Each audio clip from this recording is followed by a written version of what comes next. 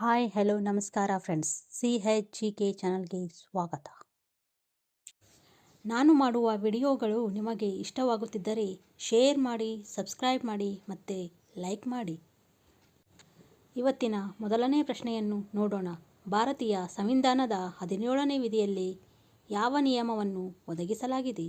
Option 1 ಕಾನೂನಿನ ಮುಂದೆ ಸಮಾನತೆ.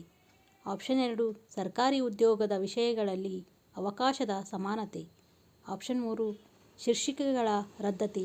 ಆಪ್ಷನ್ 4 ಅಸ್ಪೃಶ್ಯತೆ ನಿರ್ಮೂಲನೆ.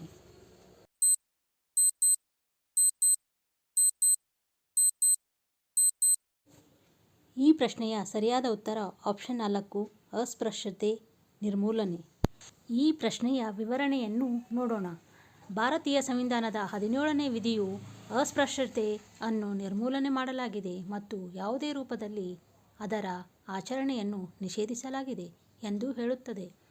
ಅಸ್ಪೃಶ್ಯತೆಯಿಂದ ಉಂಟಾಗುವ ಯಾವುದೇ ಅಂಗವೈಕಲ್ಯವನ್ನು ಜಾರಿಗೊಳಿಸುವುದು ಕಾನೂನಿನ ಪ್ರಕಾರ ಶಿಕ್ಷಾರ್ಹ ಅಪರಾಧವಾಗಿದೆ. ಪ್ರಶ್ನೆ ಸಂಖ್ಯೆ 2. ಭಾರತೀಯ ಸಂವಿಧಾನದ ಯಾವ ವಿಧಿಯು ಅಸ್ಪೃಶ್ಯತೆಯನ್ನು ನಿರ್ಮೂಲನೆ ಮಾಡುತ್ತದೆ ಮತ್ತು ಯಾವುದೇ ರೂಪದಲ್ಲಿ ಅದರ ಆಚರಣೆಯನ್ನು ನಿಷೇಧಿಸುತ್ತದೆ? ಆಪ್ಷನ್ 1 ಲೇಖನ 16. ಆಪ್ಷನ್ 2 ಲೇಖನ 17. ಆಪ್ಷನ್ 3 ಲೇಖನ 18. ಆಪ್ಷನ್ 4 ಲೇಖನ 15. ಈ ಪ್ರಶ್ನೆಯ ಸರಿಯಾದ ಉತ್ತರ ಆಪ್ಷನ್ 2 ಲೇಖನ 17. ವಿವರಣೆ: ಭಾರತೀಯ ಸಂವಿಧಾನದ 17ನೇ ವಿಧಿ ಅಸ್ಪೃಶ್ಯತೆ ನಿರ್ಮೂಲನೆಯಾಗಿದೆ ಮತ್ತು ಯಾವುದೇ ರೂಪದಲ್ಲಿ ಅದರ ಆಚರಣೆಯನ್ನು ನಿಷೇಧಿಸಲಾಗಿದೆ. ಅಸ್ಪೃಶ್ಯತೆಯಿಂದ ಉಂಟಾಗುವ ಯಾವುದೇ ಅಂಗವೈಕಲ್ಯವನ್ನು ಜಾರಿಗೊಳಿಸುವುದು ಕಾನೂನಿನ ಪ್ರಕಾರ ಶಿಕ್ಷಾರ್ಹ ಅಪರಾಧವಾಗಿರುತ್ತದೆ. ಪ್ರಶ್ನೆ ಸಂಖ್ಯೆ 3. ಸಂವಿಧಾನದ 17 ಮತ್ತು 18ನೇ ವಿಧಿಗಳಲ್ಲಿ ಯಾವ ಸಮಾನತೆಯನ್ನು ಒದಗಿಸಲಾಗಿದೆ? ಆಪ್ಷನ್ 1 ಸಾಮಾಜಿಕ ಸಮಾನತೆ. ಆಪ್ಷನ್ 2 ಆರ್ಥಿಕ ಸಮಾನತೆ. ಆಪ್ಷನ್ 3 ರಾಜಕೀಯ ಸಮಾನತೆ. ಆಪ್ಷನ್ 4 ಧಾರ್ಮಿಕ ಸಮಾನತೆ.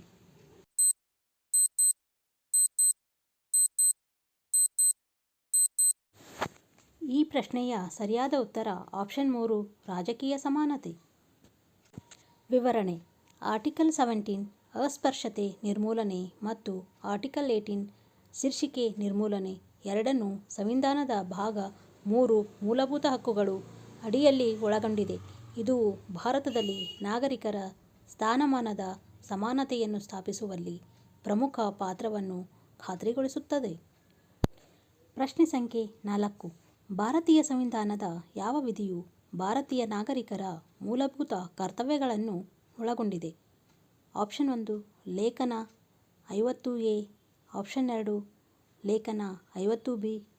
ಆಪ್ಷನ್ 3 ಲೇಖನ 51A. ಆಪ್ಷನ್ 4 ಲೇಖನ 51B.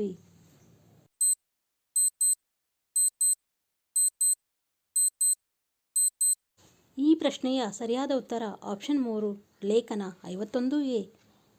ವಿವರಣೆ: ಸಂವಿಧಾನದ ಭಾಗ 4Aಯಲ್ಲಿ ಒಳಗೊಂಡಿರುವ ಆರ್ಟಿಕಲ್ 51A ಮೂಲಭೂತ ಕರ್ತವ್ಯಗಳ ಬಗ್ಗೆ ವ್ಯವಹರಿಸುತ್ತದೆ. ಪ್ರಶ್ನೆ ಸಂಖ್ಯೆ 5. ಕೆಳಗಿನವುಗಳಲ್ಲಿ ಯಾವುದು ಮೂಲಭೂತ ಹಕ್ಕು ಅಲ್ಲ? ಆಪ್ಷನ್ 1 ಸಮಾನತೆಯ ಹಕ್ಕು. ಆಪ್ಷನ್ 2 ಆಸ್ತಿಯ ಹಕ್ಕು. ಆಪ್ಷನ್ 3 ಸ್ವಾತಂತ್ರ್ಯದ ಹಕ್ಕು. ಆಪ್ಷನ್ 4 ಸಂವಿಧಾನಾತ್ಮಕ ಪರಿಹಾರಗಳ ಹಕ್ಕು.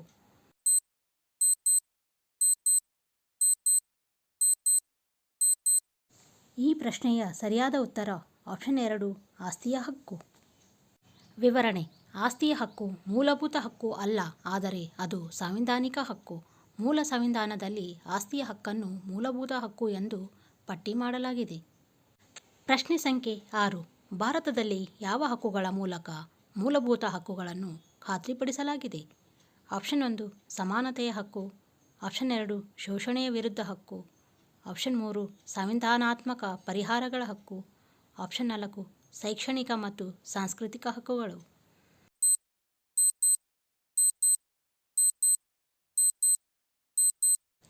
ಈ ಪ್ರಶ್ನೆಯ ಸರಿಯಾದ ಉತ್ತರ ಆಪ್ಷನ್ 3 ಸಂವಿಧಾನಾತ್ಮಕ ಪರಿಹಾರಗಳ ಹಕ್ಕು.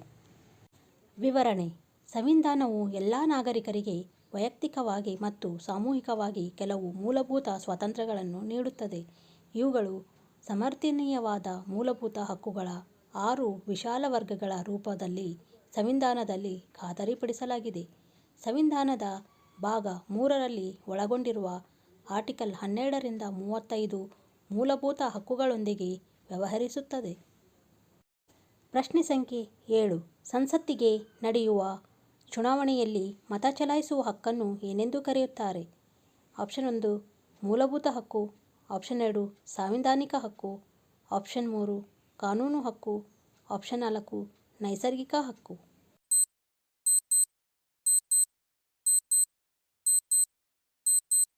ಈ ಪ್ರಶ್ನೆಯ ಸರಿಯಾದ ಉತ್ತರ ಆಪ್ಷನ್ 2 ಸಾಂವಿಧಾನಿಕ ಹಕ್ಕು. ವಿವರಣೆ. ಸರಿಯಾದ ಉತ್ತರ ಸಾಂವಿಧಾನಿಕ ಹಕ್ಕು. ಮತದಾನದ ಹಕ್ಕು. ಚುನಾವಣೆಯಲ್ಲಿ ಮತದಾನ ಹಕ್ಕು ಸಂವಿಧಾನದ ಪ್ರಮುಖ ಹಕ್ಕು. ಮತದಾನದ ಹಕ್ಕಿನ ವಿಷಯದಲ್ಲಿ ಯಾವುದು ನಿಜವೋ ಚುನಾವಣೆಗೆ ಸ್ಪರ್ಧಿಸುವ ಹಕ್ಕು ಕೂಡ ನಿಜ, ಅಂದರೆ ಅದು ಸಾಂವಿಧಾನಿಕ ಹಕ್ಕು ಕೂಡ. ಆದಾಗ್ಯೂ ಸಂವಿಧಾನದ 326ನೇ ವಿಧಿಯು ಸಾರ್ವತ್ರಿಕ ವಯಸ್ಕ ಮತದಾನದ ಹಕ್ಕನ್ನು ಒದಗಿಸುತ್ತದೆ, ಆದರೆ ನಿರ್ದಿಷ್ಟವಾಗಿ ಮತದಾನದ ಹಕ್ಕನ್ನು ಉಲ್ಲೇಖಿಸುವುದಿಲ್ಲ.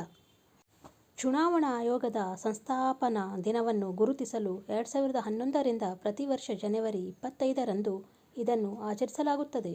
ಇದು ರಾಜಕೀಯ ಪ್ರಕ್ರಿಯೆಯಲ್ಲಿ ಪಾಲ್ಗೊಳ್ಳಲು ಹೆಚ್ಚಿನ ಮತದಾರರನ್ನು ಉತ್ತೇಜಿಸುತ್ತದೆ. ಇದು ಪ್ರತಿ ವರ್ಷ ವಿಭಿನ್ನ ಥೀಮ್ ಅನ್ನು ಗಮನಿಸುತ್ತದೆ. 2019ರ ಥೀಮ್ ಯಾವುದೇ ಮತದಾರರ ಹಿಂದೆ ಉಳಿಯಬಾರದು ಎಂಬುದಾಗಿತ್ತು. ಪ್ರಶ್ನೆ ಸಂಖ್ಯೆ 8. ಭಾರತೀಯ ಸಂವಿಧಾನದ 14ನೇ ವಿಧಿಯು ಭಾರತದ ನಾಗರಿಕರಿಗೆ ಏನನ್ನು ಖಾತರಿಪಡಿಸುತ್ತದೆ?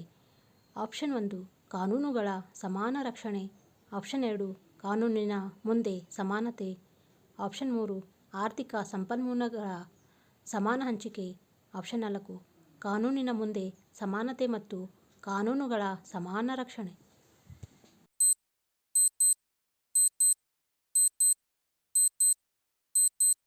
ಈ ಪ್ರಶ್ನೆಯ ಸರಿಯಾದ ಉತ್ತರ ಕಾನೂನಿನ ಮುಂದೆ ಸಮಾನತೆ ಮತ್ತು ಕಾನೂನುಗಳ ಸಮಾನ ರಕ್ಷಣೆ. ವಿವರಣೆ. ಸಮಾನತೆಯ ಹಕ್ಕುಗಳು. ಲೇಖನಗಳು 14 ಮತ್ತು 18. 1. ಭಾರತದ ಸಂವಿಧಾನದ 14ನೇ ವಿಧಿಯು ಈ ಕೆಳಗಿನಂತೆ ತಿಳಿಸುತ್ತದೆ. ರಾಜ್ಯವು ಯಾವುದೇ ವ್ಯಕ್ತಿಗೆ ಕಾನೂನಿನ ಮುಂದೆ ಸಮಾನತೆಯನ್ನು ಅಥವಾ ಭಾರತದ ಪ್ರದೇಶದೊಳಗಿನ ಕಾನೂನುಗಳ ಸಮಾನ ರಕ್ಷಣೆಯನ್ನು ನಿರಾಕರಿಸುವುದಿಲ್ಲ. ಪ್ರಶ್ನೆ ಸಂಖ್ಯೆ 9. ಭಾರತೀಯ ಸಂವಿಧಾನದ 19ನೇ ವಿಧಿಯು ಎಷ್ಟು ಸ್ವಾತಂತ್ರ್ಯವನ್ನು ಒದಗಿಸುತ್ತದೆ? ಆಪ್ಷನ್ 1 6 ಸ್ವಾತಂತ್ರ್ಯಗಳು, ಆಪ್ಷನ್ 2 7 ಸ್ವಾತಂತ್ರ್ಯಗಳು, ಆಪ್ಷನ್ 3 8 ಸ್ವಾತಂತ್ರ್ಯಗಳು, ಆಪ್ಷನ್ 4 9 ಸ್ವಾತಂತ್ರ್ಯಗಳು.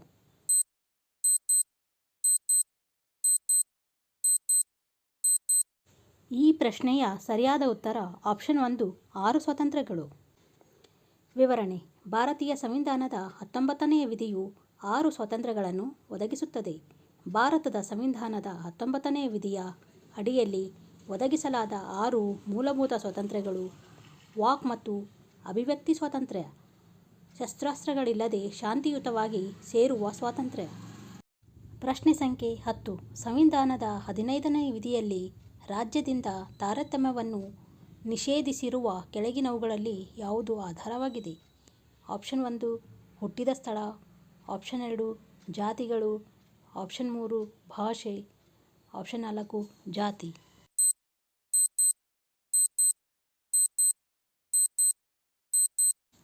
ಈ ಪ್ರಶ್ನೆಯ ಸರಿಯಾದ ಉತ್ತರ ಆಪ್ಷನ್ 3 ಭಾಷೆ. ವಿವರಣೆ. ಧರ್ಮ, ಜನಾಂಗ, ಜಾತಿ, ಲಿಂಗ ಅಥವಾ ಜನ್ಮಸ್ಥಳದ ಆಧಾರದ ಮೇಲೆ ರಾಜ್ಯವು ಯಾವುದೇ ನಾಗರಿಕ ವಿರುದ್ಧ ತಾರತಮ್ಯ ಮಾಡಬಾರದು ಎಂದು 15ನೇ ವಿಧಿ ಒದಗಿಸುತ್ತದೆ. ಇತರ ಆಧಾರದ ಮೇಲೆ ತಾರತಮ್ಯವನ್ನು ನಿಷೇಧಿಸಲಾಗಿಲ್ಲ.